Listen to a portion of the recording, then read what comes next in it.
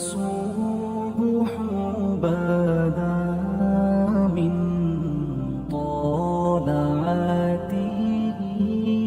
حضرت عمر کی شہادت ہے. یہودی بول اٹھا, کافر بول اٹھا, اگر 6 مہینے عمر دنیا میں اور رہتے تو دنیا میں کوئی کافر موجود نہ ہوتا. 6 مہینے. اور جب اس بطل جلیل کا جنازہ اٹھا, اللہ بخاری پڑھیے نا, اللہم ارزقنا شہادت فی سبیلک, اللہ بسترے کی موت نہ دینا, شہادت کی دینا. عمر شہید ہوئے, مسجد نبوی میں نماز پڑھاتے, اور جب جنازہ اٹھا تو مدینے کا پھر پیچھے جو دلیر بچے وہ مولا علی تھے. مولا علی, جناب عمر کا جنازہ اٹھا تو سب سے پہلی ہائے جو نکلی وہ حضرت علی کی زبان سے نکلی, اور حضرت علی کی ساری داڑھی آنسوؤں سے بھر گئی. لوگوں نے کہا کہ علی کیا ہوا؟ فرمانے لگے تم دیکھ نہیں رہے جنازہ کس کا اٹھا ہے, پلٹ کے دیکھو تو صحیح, تم پتہ نہیں یہ کون گیا ہے. کہ حضور کیا ہوا؟ اب فرمانے لگے عمر اس طرح کے کام کر کے گیا ہے, اب ان کے رستوں پہ کون چلے گا؟ کون اس کے جگر راہ وفا میں نقش ایسے چھوڑ آیا ہوں, میں جس منزل سے گزرا ہوں وہ اب تک یاد کرتی ہے. حضرت علی حضرت عمر کے جنازے پہ کھڑے ہو کے کہتے ہیں اللہ مجھے اس طرح کے عمل کرنے کی توفیق دے جس طرح کے عمر کر کے گیا. میرے بھائی, بطل عزیز, بطل حریت حضرت عمر رضی اللہ تعالیٰ عنہ, جو اپنی زندگی انقلاب والی گزار کے گئے. عمر جب دنیا سے گئے تو 80 دینار کا قرضہ تھا, 22 لاکھ مربع میل کا حکمران, اور اپنے بیٹے سے کہنے لگے بیٹے کوشش کرنا تیرے خاندان والے مل کے میرا قرضہ اتار دے, میری قبر پہ بوجھ نہ رہے, اور اگر خاندان والے مدد نہ کریں تو میرے دوستوں سے بات کرنا, وہ مدد نہ کریں تو پھر علی سے بات کرنا. ان کا پیار آپس میں اتنا, اور تو اختلاف ثابت کر رہا ہے. 80 دینار کا قرضہ چھوڑ کر حضرت عمر دنیا سے گئے, اور جاتی دفعہ کہہ گئے میرے بعد میرے بچوں کو حکومت کے مشورے میں بھی شامل نہ کرنا, حکومت کے مشورے میں بھی میری اولاد شامل نہ ہو.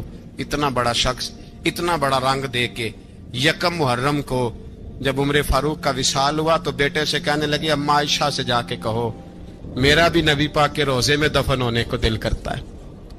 ایک قبر کی جگہ ہے اماں جی نے اپنے لیے رکھی ہے, بخاری ہے بخاری.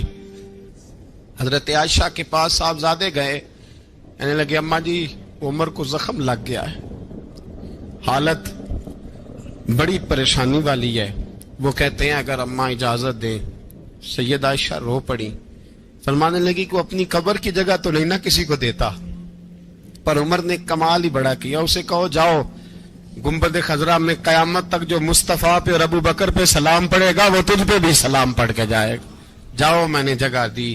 اعلیٰ حضرت فاضل بریلوی رحمت اللہ علیہ فرماتے ہیں وہ عمر جس کے آداب بشیدہ شکر, اس خدا دوست حضرت پہ لاکھوں سلام, اس خدا دوست حضرت پہ. آپ یقین کریں ممبر پہ بیٹھا ہوں, حضرت عمر کا جب نام لیتا ہوں تو میرے وجود کے رونگٹے کھڑے ہو جاتے ہیں. حضرت عمر کی زندگی جب پڑھتا ہوں تو لگتا ہے خدایا ایسے شخص بھی دنیا میں آئے. کہ حضرت عمر رضی اللہ تعالیٰ عنہ کا آج یوم شہادت ہے. میرا تو دل کرتا تھا کہ فجر سے باتیں شروع ہوں اور سارا دن ہی عمر کی باتیں ہوتی رہیں, سارا دن جناب عمر کی باتیں, سارا دن. اس لیے کہ ذکر جناب عمر کا ہوگا پر راضی اللہ کے رسول ہوں گے. میرے رسول پاک علیہ السلام سب کے لیے ہی دعا مانگتے ہیں نا, حضور کی دعا عام ہے, لیکن مصطفیٰ کریم نے کعبے کا غلاف تھام لیا اور غلاف کعبہ کو حضور نے سینے سے لپٹایا اور سینے سے چمٹا کے کہا اللہ میں نے تو کبھی سوال ہی زیادہ نہیں کیے, میں کرنے آیا ہوں, مجھے عمر دے دے, عمر دے دے. حضور نے مانگ کے لیا. اور پھر جب جس کو حضور مانگے اللہ سے, حضرت عوف بن مالک اشجعی ایک صحابی ہیں, حضرت عوف بن مالک رضی اللہ تعالیٰ عنہ فرماتے ہیں کہ جناب ابو بکر صدیق کا زمانہ تھا تو میں نے خواب دیکھا, میں نے خواب میں جناب عمر کو دیکھا, اور میں نے دیکھا کہ کوئی کہنے والا کہہ رہا ہے کہ عمر وہ ہے کہ اللہ کے رستے میں کوئی اسے جتنا مرضی برا بھلا کہے یہ پرواہ نہیں کرتا. کس کے رستے میں؟ بولے سارے. اس کا مطلب ہے اللہ کے رستے میں لوگ برا بھلا بھی قرآن مجید نے کہا ولا یخافون لومۃ لائم، کچھ لوگ ایسے ہیں جو برا بھلا کہنے والوں کی وہ پرواہ نہیں کرتے۔ اور دوسری بات میں نے یہ دیکھی کہ عمر خلیفہ بنے گا، اور تیسری بات میں نے خواب میں یہ دیکھی کہ عمر شہید بھی کیا جائے گا، عمر شہید بھی ہوگا۔ یہ میں نے 3 باتیں خواب میں دیکھی۔ فرماتے ہیں میں نے آ کے خواب حضرت ابو بکر صدیق کو سنائی، وہ خلیفہ تھے۔ وہ کہنے لگے ٹھہر جا، میں عمر کو بلاتا ہوں، اس کے سامنے دوبارہ سنانا، اس کے سامنے۔ فرماتے ہیں میں نے بلایا حضرت عمر فاروق کو، آ کے بیٹھے، خواب شروع ہوا۔ کا ایک بات تو میں نے یہ دیکھی کہ آپ ملامت کرنے والے کی پرواہ نہیں کرتے، دوسرا آپ خلیفہ بنے گے۔ جناب عمر کہنے لگے چپ کر، ابو بکر کے سامنے ہی کہہ رہا ہے، چپ کر، خلیفہ کے سامنے ہی کہہ رہا ہے۔ تو حضرت ابو بکر صدیق کہنے لگے عمر اسے کہنے دو، مجھے لگتا ہے رب کی رضا یہی ہے کہ میرے بعد اگر مصطفیٰ کا منبر ملے تو عمر کو ہی ملے، اسے کہنے دو، کہنے دو۔ حضرت عمر رضی اللہ تعالیٰ عنہ کو تیسری بات کہی۔ حضرت عوف بن مالک نے کہا اب شہید کیے جائیں گے، میں نے خواب دیکھی ہے۔ نیک لوگوں کے خواب بڑی حد تک سچے ہوتے ہیں۔ کہا میں نے خواب دیکھی ہے۔ تو حضرت عمر کہنے لگے شہید تو دلیر لوگ ہوتے ہیں، شہید تو دلیر، جسے سارا زمانہ دلیر کہہ رہا ہے وہ اپنے بارے میں کیا کہہ رہا ہے؟ کہتے ہیں شہید تو دلیر، میں تو کاہل سا آدمی ہوں، سست آدمی ہوں، میں تو اتنا کام ہی نہیں کرتا، تو یہ خواب تو نے جو دیکھا ہے نا پھر سے دیکھنا۔ تو ابو بکر صدیق فرمانے لگے عاجزی نہ کر، انکساری نہ کر، تو جو کہہ رہا ہے ٹھیک کہہ رہا ہے، لیکن مجھے سن کے شکر بھی ہوا ہے اور افسوس بھی ہوا ہے۔ افسوس اس بات کا کہ تیرے جیسا بطل عظیم چلا جائے گا، اور شکر اس بات کا کہ رب تجھے زندگی بھی اعزاز والی دے گا، اور شہادت کی موت دے کے اللہ تجھے موت بھی عزت والی عطا فرمائے گا۔ اللہ موت بھی تجھے عزت والی دے گا، تجھے کاہلوں جیسی موت اللہ۔ حضرت فاروق اعظم رضی اللہ، او بھائی یہاں تو اس زمانے کا سب سے بڑا مسئلہ پروٹوکول ہے۔ ہم چھوٹے طبقے سے لے کر بڑے سارے پروٹوکول کے قائل ہیں، پر حضرت عمر رضی اللہ تعالی، حضرت عمر کی سادگی اور پھر جناب عمر کی عاجزی، جب انسان اپنے اوپر سوار کر لیتا ہے نا، سوار کر لیتا ہے، میں بدکار پرانا خادم، کسے در ملی نی ٹوئی، تے واصف یار نے نظر جو کی تھی تے واصف ہی ہو۔ میں اکثر سوچتا ہوں حضور نے جہاں بھی کہا نا، فرمایا میرے بعد نبی ہوتے تو خطاب کے بیٹے عمر ہوتے۔ حضور نے فرمایا عمر جس رستے سے جاتا ہے شیطان وہ رستہ بدل جاتا ہے۔ نبی پاک صلی اللہ علیہ وسلم نے فرمایا میرا عمر وہ ہے کہ اس کی زبان پر حق جاری ہے۔ حضور علیہ الصلوۃ والسلام نے فرمایا 950 سال حضرت جبریل میرے عمر کی شان بیان کریں تو ان کی عظمت ختم نہیں ہوتی۔ 950 سال جبریل عظمت بیان کرے تو ختم نہیں ہوتی۔ یہ بات ہے حضرت عمر کی، اور فرمایا عمر ابو بکر کی نیکیوں میں سے ایک نیکی ہے، یہ شان ہے عمر فاروق رضی اللہ تعالیٰ عنہ کی۔ حضور نے فرمایا میرے بعد نبی ہوتے تو عمر ہوتے، جس گلی سے عمر آئے شیطان رستہ بدل جائے۔ میرے عمر فاروق کی شان 950 سال بیان ہو تو ختم نہ ہو۔ عمر کی زبان پر اللہ حق بیان کرتا ہے، جو عمر کہتا ہے وہی رب کر دیتا ہے۔ حضور ساری زندگی فضیلتیں بیان کرتے رہے، عمر جواب میں کیا کہتے ہیں؟ کوئی بتائے نا کہ یہ والی حدیثیں کبھی عمر نے بھی روایت کی ہوں کہ حضور نے میرے بارے میں یہ کہا ہے۔ یہ روایتیں وہ روایت نہیں کرتے، ان سے جب لوگ کہتے عمر تیری بڑی بات ہے تو عمر رو پڑتے، کہتے میں تو اونٹ چرانے والے باپ کا بیٹا ہوں، میں تو اونٹ چرانے والے باپ کا بیٹا، اونٹ چرا۔ اس سے آگے عمر گئے ہی نہیں ساری زندگی، اس سے آگے لفظ ہی نہیں ادا کی۔ اور میں تو بھائی اونٹ چرانے والا، میرا باپ تو اونٹ چرایا کرتا تھا، 10 اونٹ تھے، میری ڈیوٹی ہوتی تھی، سنبھالے نہیں جاتے تھے، ابا ڈنڈوں سے مارتا تھا۔ ساری زندگی عمر حج کرنے گئے، ایک خشک تنا کھجور کا عمر فاروق رضی اللہ تعالیٰ عنہ نے اس کو اپنے کلاوے میں لیا، رونے لگے۔ لوگوں نے کہا عمر کیا ہوا؟ فرمانے لگے یہاں میں اونٹ چرایا کرتا تھا، یہاں میں اونٹ چراتا تھا، 10 اونٹ سنبھالے نہیں جاتے تھے۔ دیکھو رسول اللہ کی شان، آج ساری امت چلانے کا طریقہ عطا فرما دیا ہے، ساری نظریے سے پیار۔ یار پیسہ کس کو برا لگتا ہے؟ سارے صحابہ مل کے آئے, کہنے لگے عمر فاروق سے کہنا ہے نبی پاک کے زمانے میں تو ظاہراً غربت تھی, ابو بکر کے دور میں بھی غربت تھی, اب تو بڑا محال ہے.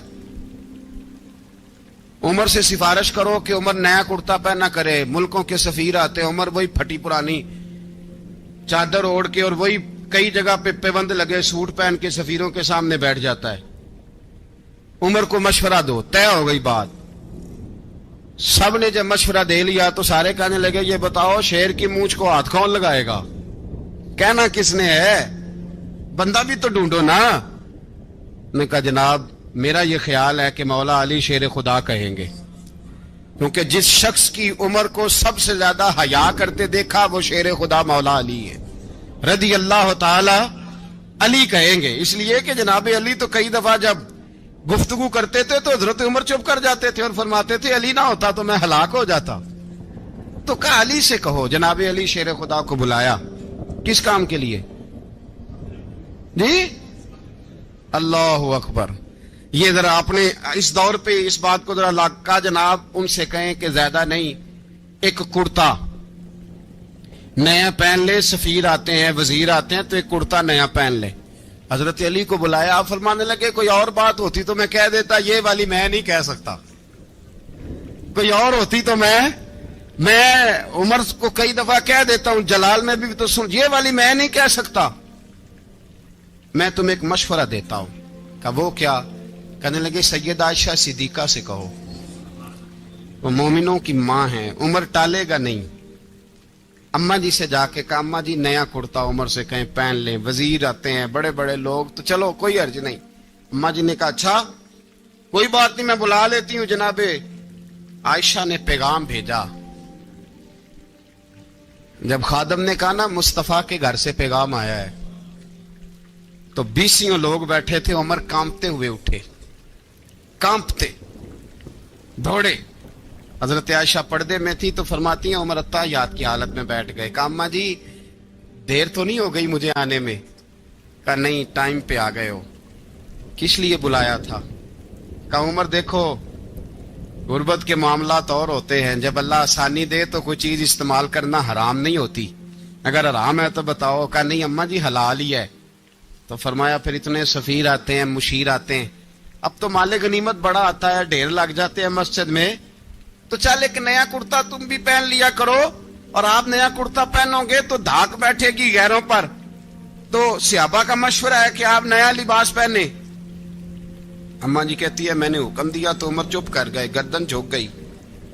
تھوڑی دیر کے بعد سیدنا عمر فاروق نے سر اٹھایا تو داڑھی پہ آنسو گر رہے تھے, رو پڑے. کہنے لگے پاک محبوب کی پاک بیوی جیسے حکم کرتی ہو میں حاضر ہوں, پر مجھے وہ والا لباس پہنانا جو میرے مصطفیٰ نے پسند فرمایا ہے. اگر یہ رنگ رسول پاک کا ہے تو میں حاضر ہوں, اور اگر نبی پاک کا نہیں تو پھر جیسے آپ حکم کریں. جناب عائشہ کہتے ہیں عمر روئے تو میں زیادہ روئی, میرا پلو بھیگ گیا آنسوؤں سے. میں نے کہا عمر آپ جائیے. عمر یوں نکلے تو جو صحابہ کھڑے تھے وہ کونے میں تھے, سارے آ گئے. کہا اماں جی کیا بناؤ؟ فرمایا بھائی تم سب جو باتیں کہتے ہو وہ اپنی جگہ ٹھیک ہیں, پر عمر جو بات کرتا ہے وہ سب سے زیادہ ٹھیک ہے. عمر جس پہلو پر بات کرتا ہے وہ یار ایسی عاجزی, ایسا رنگ, ایسا انداز, ایسا طرز حیات, ایسی زندگی. اولاد کے معاملے میں لوگ بزدل ہو جاتے ہیں, بزدل. پر حضرت عمر کا بیٹا مصر گیا, وہاں سے کمائی کر کے لایا, تجارت کرنے گیا, لاکھوں کا مال. کون سا باپ ہے دنیا میں جس کا بیٹا بعد سے پیسے لے کے آئے تو ابا تفصیل پوچھے کہ بیٹا کہاں سے کمائے, کہاں سے لایا, کتنے ملے, کیوں آئے؟ کون سا باپ تفصیل پوچھتا ہے؟ ابا تو کہتا ہے لا صحیح, اور تعریفیں کرتا ہے میرا بیٹا بڑی کمائی کرتا ہے. کبھی پوچھا ہے اس سے کہ ڈیوٹی صحیح دیتا ہے کہ نہیں؟ کبھی پوچھا ہے کہ تو ایمانداری کی روزی لاتا ہے کہ حرام کی کماتا ہے؟ یہ باپ کی ذمہ داری ہے, یہ اماں کی ذمہ داری ہے. پھر کہتا ہے بیماری کیسے آ گئی, پریشانی کیسے آ گئی؟ تو نے کبھی سوال کیا اپنی اولاد سے؟ حضرت عمر فاروق رضی اللہ تعالیٰ عنہ کا بیٹا مصر سے پیسے کما کے لایا تو جناب عمر نے بلایا, فرمایا بیٹے اتنی تو تیرے پاس راس ہی نہیں تھی, تھوڑے سے تو پیسے لے کے گیا تھا, اتنی کمائی کیسے ہو گئی؟ اتنے تو پیسے نہیں تھے صاحب, کہاں سے کمائی لائے؟ اس نے کہا ابا جی وہ جو میرے چچا ہے نا مصر کے گورنر آپ کے دوست انہوں نے میری مدد کی ہے. فرمایا جتنے لوگ گئے تھے سب کی ہے مدد اس نے؟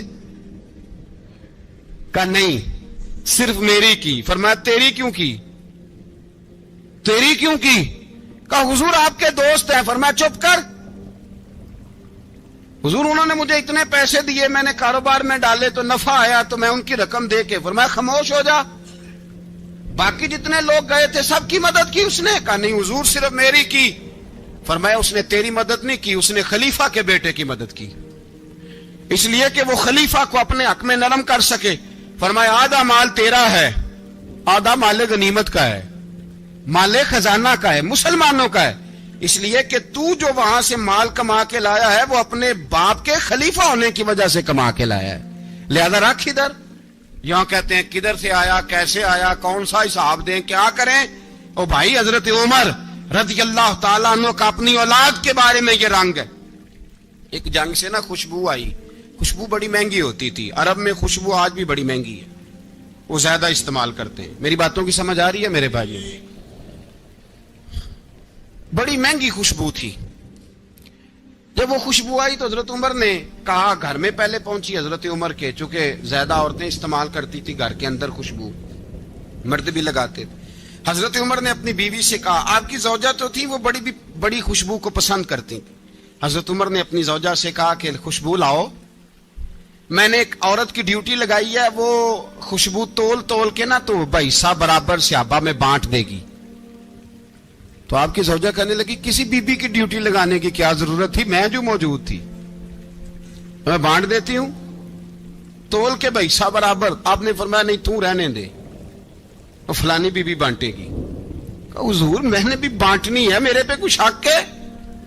آپ نے فرمایا نہیں تو تفصیل نہ پوچھ تو خوشبو دے دے کوئی اور بانٹے گی. خاتون خانہ تھی نا کہنے لگی نہیں مجھے بھی آج آپ کو بتانا ہی پڑے گا کہ کوئی جو بانٹ سکتی ہے تو میں کیوں نہیں بانٹ سکتی. زوجہ کہتی عمر نے بات کی تو میری چیخیں نکل گئی. حضرت عمر فرمانے لگے جب تو خوشبو بانٹے گی نا تیرے ہاتھوں کو بھی لگے گی تیرے دوپٹوں کو بھی لگ جائے گی. اگر رب کریم نے مجھ سے سوال پوچھا کہ عمر خوشبو تو مسلمانوں کی تھی تیری بیوی کے دوپٹے کو کیوں لگ گئی تو میں اللہ کے حضور کیا جواب دوں گا. اگر اللہ نے یہ سوال کیا کہ تیری بیوی نے کیوں لگائی وہ تو حصہ تھا مسلمانوں کا تو نے تیری بیوی نے کیوں لگائی. تو فرمایا میں نہیں چاہتا کہ اللہ کے حضور مجھے اور تجھے باز پرس ہو لہذا کسی اور کو بانٹنے دے. زوجہ روئی اور تڑپ کے کہنے لگی عمر مجھے لگتا ہے صبح قیامت بھی تیری بیوی ہونے کی وجہ سے اللہ مجھے جنت عطا فرما دے گا تیری زوجہ ہونے کی برکت سے. بھائی یہ معیار رکھا خدا کی قسم ایسا شخص تاریخ میں دوبارہ نہیں آیا. اتنا بڑا آدمی اتنا بڑا شخص اتنا بڑا آدمی اور پھر رنگ یہ ہے کہ عمر 22 لاکھ مربع میل کا حکمران 22 لاکھ اور کھجور کے درخت کے نیچے مٹی کا ڈھیلا لے کے سو گئے ہیں پرواہ کوئی نہیں کوئی مسئلہ ہی نہیں. 2 غلام ساتھ بیٹھے تو ایک روٹی حضرت عمر نے گھر سے منگوائی تھوڑا سا سرکہ تو غلام کہنے لگے ہم نے بھی کھانی ہے. فرمایا کوئی حرج نہیں روٹی کو پیٹ بھر کے کھانا ضروری تو نہیں 3 حصوں میں بانٹ لیتے ہیں. ایک آدمی آیا ہوا تھا مصر کا رہنے والا ملنے کے لیے اس نے پوچھا عمر کدھر ہے تو کہا وہ ادھر جاؤ مسجد میں بیٹھے ہوں گے اور واپس آیا تو کہنے لگا وہاں تو 3 غلام بیٹھے ہیں ایک روٹی بانٹ کے کھا رہے ہیں لگتا ہے کئی دنوں سے روٹی نہیں ملی. کہا 3 غلام تو کوئی نہیں وہاں 2 ہی تھے تیسرے تو امیر المومنین تھے. اس نے کہا نہیں 3 غلام ہیں کپڑے بھی ایک طرح کے پہنے ہوئے بلکہ 2 کے تو پھر صحیح ہیں تیسرے کے تو زیادہ ماڑے ہیں. کپڑے بھی ایک طرح کے کھانا پینا بھی ایک طرح کا اور ان کا نشست برخاست بھی ایک طرح کی ہے لہذا کوئی فرق نہیں. حضرت ابو ہریرہ کہتے ہیں میں لے کے آیا اور جناب عمر کو جب میں نے کچی زمین میں تامت سمیٹ بیٹھے دیکھا تو میں رو پڑا. میں نے اس مصر سے آنے والے کو کہا تو اس کے جلوے دیکھ اگر اس کی ذات میں اتنا حسن ہے تو محمد عربی کا مقام کیا ہوگا. یہ مقام غور ہے مقام غور. ایک آدمی کو آپ نے دیکھا آنکھوں سے نابینا ہے اور بھیک مانگ رہا ہے تو حضرت عمر کو نظر آ گیا. فرمایا کون ہو؟ اس نے کہا میں یہودی ہوں.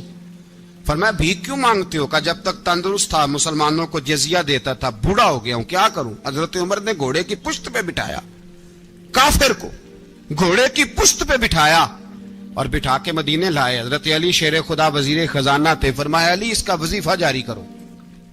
کہا یہ کون ہے؟ فرمایا یہ یہودی ہے لیکن یہ ہمیں جزیہ دیتا رہا، بوڑھا ہو گیا بیچارہ، بھیک مانگنے پہ مجبور ہے، ہماری حکومت کے اندر رہتا ہے، اس کا پورا وظیفہ جتنا خرچہ اتنا وظیفہ لگاؤ۔ حضرت علی کہتے ہیں میں وظیفہ لگا رہا تھا اور وہ میرے نبی کا کلمہ پڑھ رہا تھا، وہ رسول اللہ کا کلمہ پڑھ رہا تھا۔ یہ مزاج، یہ نہیں کہ کافر۔ حضرت عمر نے گورنروں کو خط لکھے تھے کہ زبردستی کسی کو مسلمان نہیں کرنا، جہاں ان کی عبادت گاہیں بنی ہو گرانی نہیں، کوئی مندر کوئی گرجا ضائع نہیں کرنا۔ بات دور نکل جائے گی اور میں اپنے مضمون پہ رہتا ہوں۔ اہل بیت کا پیار اگر سکھایا ہے تو جناب عمر نے سکھایا ہے رضی اللہ تعالی عنہ۔ امام حسن ملنے، آپ یقین کریں میں جب اس واقعہ کو پڑھتا ہوں تو میرا دل جھوم جاتا ہے۔ میں کہتا ہوں یار ڈاڈا ہونا اپنی جگہ پہ، عشق ہونا اپنی جگہ پہ، انسان کا باوقار ہونا اپنی جگہ، جہاں کھڑے ہونا تھا وہاں یہ کھڑے ہوتے تھے اور جہاں جھکنا تھا وہاں یہ ان لوگوں میں اقبال نے کہا تھا تیری نگاہ ناز سے دونوں مراد پا گئے، عقل غیاب و جستجو، عشق حضور و اضطراب۔ جہاں اگر آیا ہے سامنے کیسر و کسرا تو عمر جیسا دلیر کوئی نہیں، اگر سامنے آیا ایران کا بادشاہ تو عمر جیسا تگڑا کوئی نہیں، اگر آیا ہے سامنے غسان کا بادشاہ تو عمر جیسا عادل کوئی نہیں۔ لیکن اگر علی کا بیٹا آیا ہے، اگر فاطمہ کے لال پارے آئے ہیں تو پھر فاروق اعظم سے جیسا محب کوئی نہیں، پھر ان سے جیسا پیار کرنے والا کوئی نہیں۔ اندر بیٹھے ہیں جناب عمر، اندر تنہائی میں کچھ وزیروں سے گفتگو ہو رہی ہے، میٹنگیں جاری ہیں۔ آپ کے بیٹے ملنے آئے جناب عبداللہ ابن عمر، ابا جی ملنا ہے، بات ٹھہرو بات کر رہا ہوں، کوئی نہ اندر آئے۔ صاحبزادہ باہر کھڑا ہے، تھوڑی دیر گزری تو امام حسن بھی آ گئے۔ کون آئے؟ آپ کو جو ملے گا امام صاحب کا نام لینے سے، وہ سردار ہیں جنتی۔ کون آئے؟ سارے بولیے امام حسن، تیری نسل پاک میں ہے بچہ بچہ نور کا، تو ہے نے نور تیرا سب کرانا۔ امام حسن آئے تو حضرت عبداللہ ابن عمر کو دروازے پہ کھڑے دیکھا، کہا امیر المومنین کہاں ہیں؟ کہنے لگے حضرت عمر کے بیٹے۔ کہنے لگے وہ اندر بیٹھے، کچھ میٹنگ ہو رہی ہے اور انہوں نے کہا کوئی اندر نہ آئے، لیکن آپ جانا چاہیں تو چلے جائیں، آپ جانا چاہیں تو تیری نسل پاک میں ہے بچہ بچہ نور، آپ جانا چاہیں تو چلے جائیں۔ تو انہوں نے کہا جب آپ باہر کھڑے ہیں تو مجھے کوئی اتنا ضروری کام نہیں، اور ابھی زور کی نماز تھوڑی دیر میں ہوگی، میں مسجد میں مل لوں گا امیر المومنین سے۔ یہ بات کہہ کہ امام حسن چلے گئے۔ یار اتنی بڑی بات نہیں تھی، اتنی بڑی بات نہیں تھی۔ وہ میرے استادوں کا بیٹا بھی آئے تو کہا ٹھیک ہے جی وہ سوئے ہوئے ہیں، کوئی غرض نہیں یار میں ٹھہر کے آ جاؤں گا، کوئی بڑی بات نہیں تھی، دیکھا جائے تو بڑی بات نہیں تھی، پر بات بہت بڑی تھی، اس لیے کہ یہ خالی حسن نہیں، یہ حسن ابن علی ہے، یہ حضرت فاطمہ کے لخت جگر۔ حضرت عمر باہر نکلے، عبداللہ ابن عمر سے پوچھا کوئی آیا تو نہیں؟ تو کہا حضور امام حسن آئے تھے۔ تو کہا پھر شہزادے کو اندر کیوں نہیں بھیجا؟ کہا میں نے کہا تھا۔ وہ کہنے لگے اگر امیر المومنین مصروف ہیں تو میں ظہر میں مل لوں گا۔ حضرت عمر رونے لگے، فرمایا بیٹے تو نے اچھا نہیں کیا۔ پھر مسجد نہیں گئے، سیدھے امام حسن کے دروازے دستک دی، امام حسن باہر آئے، کہا شہزادے آئے تھے تو ملے کیوں نہیں؟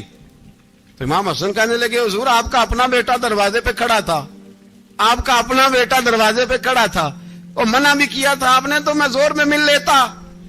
حضرت امام حسن فرماتے جوش جذبات میں جناب عمر نے سر سے پگڑی اتار دی، جوش جذبات میں کہنے لگے حسن میرے بیٹے کا اور آپ کا کیا مقابلہ؟ کیا اس کی ماں کا نام فاطمہ الزہرا ہے؟ کیا اس کی نانی کا نام خدیجۃ الکبریٰ ہے؟ کیا اس کے نانے کا نام محمد مصطفیٰ ہے؟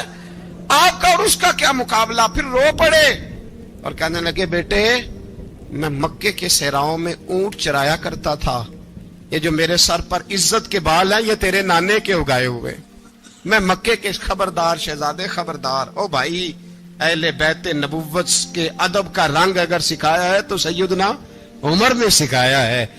حضرت فاروق اعظم کے ہاتھ میں تلوار تھی، گھر سے نکلے, کہنے لگے آج میں اس محمد کا خاتمہ کر دوں گا معاذ اللہ. اس نے گھر گھر فساد پیدا کر دیا تلوار لے کے.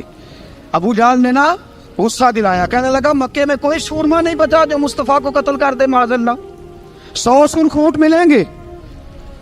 جناب عمر کہتے ہیں تلوار پکڑی, اور یہ سویر کی بات ہے.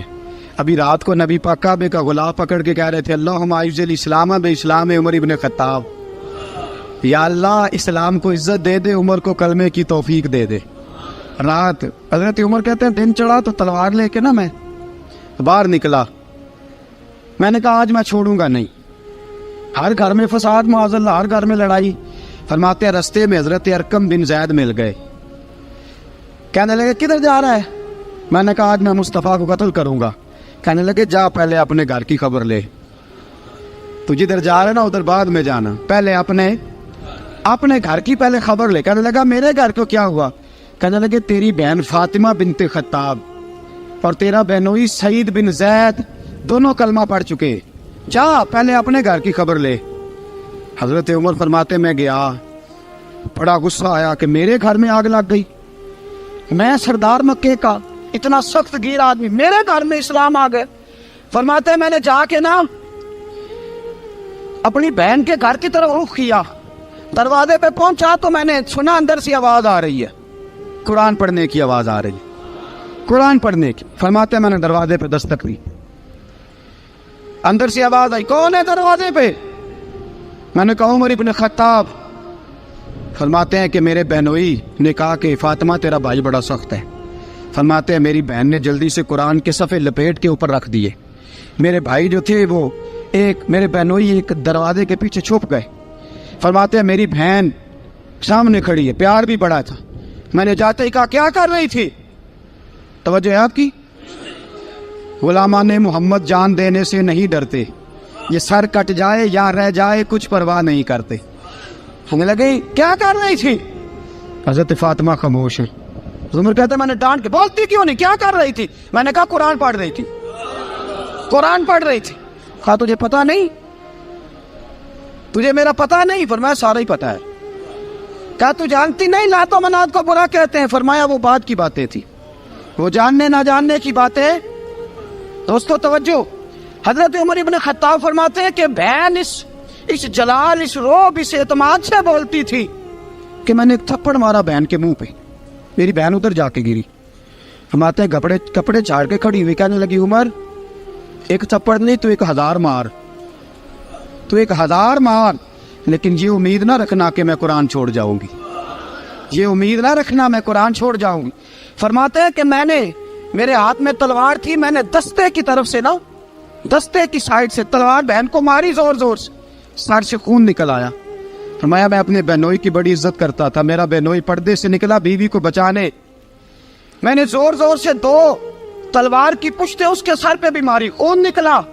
پھر میری بہن آگے ہوئی, پھر مارا. واقعی جب خون نکلا نا بہن کا, تو میری بہن نے اپنا خون اپنے ہاتھ پہ لگا کے کہا عمر جس ماں باپ کا خون تیری رگوں میں ہے اس کا میری رگوں میں بھی ہے, اسی کا خون میری رگوں میں بھی ہے. فرمایا عمر جس باپ کی پشت سے تو ہے میں بھی اسی باپ کی پشت سے ہوں, جس ماں کی چھاتیوں سے دودھ تو نے پیا ہے میں نے بھی اسی ماں کی چھاتیوں سے دودھ. توجہ ہے آپ کی؟ میری بات سمجھ میں آ رہی ہے؟ سنیں بات. رسول اکرم صلی اللہ تعالی علیہ وسلم نے فرمایا, حضرت عمر رضی اللہ تعالیٰ عنہ فرماتے ہیں نبی پاک پہ نازل قرآن سنا تو جب میری بہن نے اس جلال کے ساتھ بات کی نا کہ عمر میں بھی اسی باپ کی بیٹی ہوں, میں بھی اسی باپ کی بیٹی ہوں, میں بھی اسی قبیلے کی ہوں, خبردار تو ترشرو ہو کے گالی 1000 دے, یہ وہ نشہ نہیں جسے ترشی اتار دے. فرمایا تو چارہ کر, ٹیل لگا, لیکن تو مجھے اسلام سے ہٹا سکتا؟ حضرت عمر فرماتے ہیں بہن کا جلال دیکھا تو میں ٹھنڈا ہو گیا, بہن کا جلال دیکھا تو میں نے کہا اچھا مجھے دکھاؤ کیا پڑھ رہی تھی, مجھے دکھاؤ ذرا کیا پڑھ رہی تھی. فرماتے ہیں میری بہن کہنے لگی تو کافر ہے, انما المشرکون نجس, جا پہلے وضو کر کے آ, جا غسل کر کے آ, جا پہلے نئے کپڑے دھلے ہوئے پہن کے آ, پہلے تیار ہو کے آ. حضرت عمر فرماتے ہیں میں تیار ہو کے آیا, میری بہن نے جھولی میں صفحے رکھے, قرآن پڑھے بہن, سنیں بھائی، اللہ تقدیر بدل دیتا ہے. قرآن پڑھے بہن اور سنیں بھائی.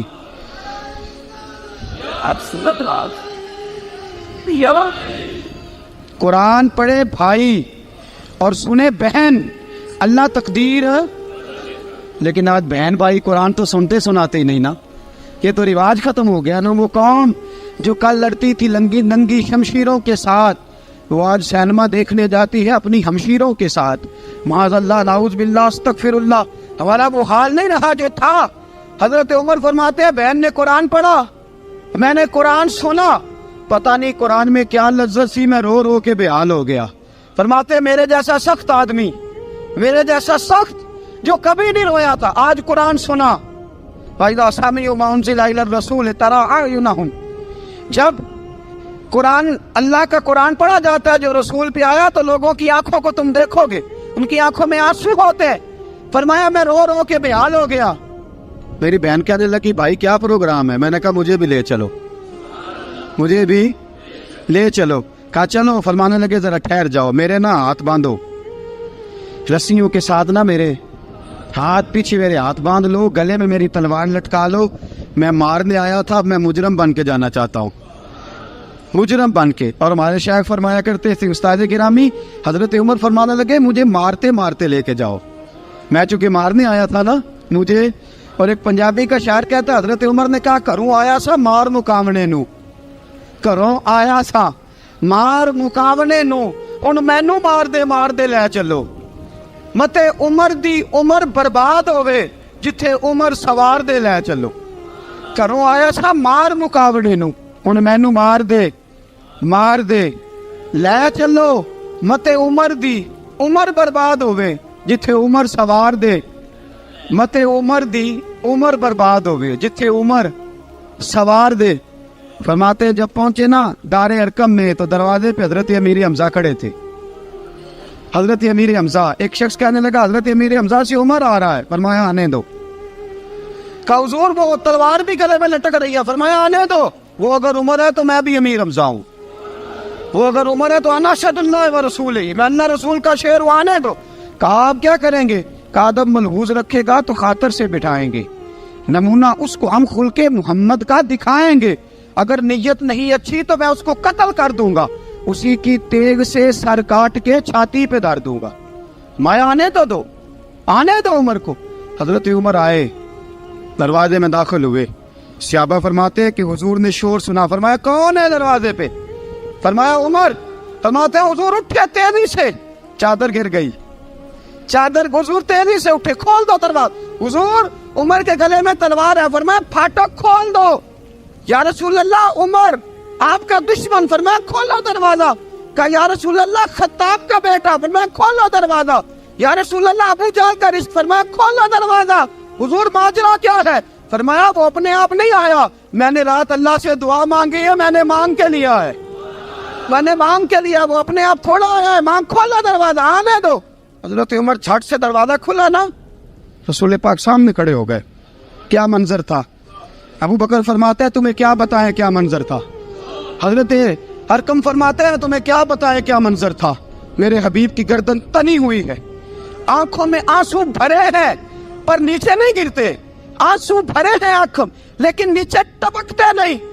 میرے رسول پاک آگے بڑھے، عمر کی گردن جھکی ہوئی ہے، عمر اوپر نہیں دیکھتے. حضور آگے بڑھے، جا کے حضرت عمر کا کندھا زور سے ہلایا.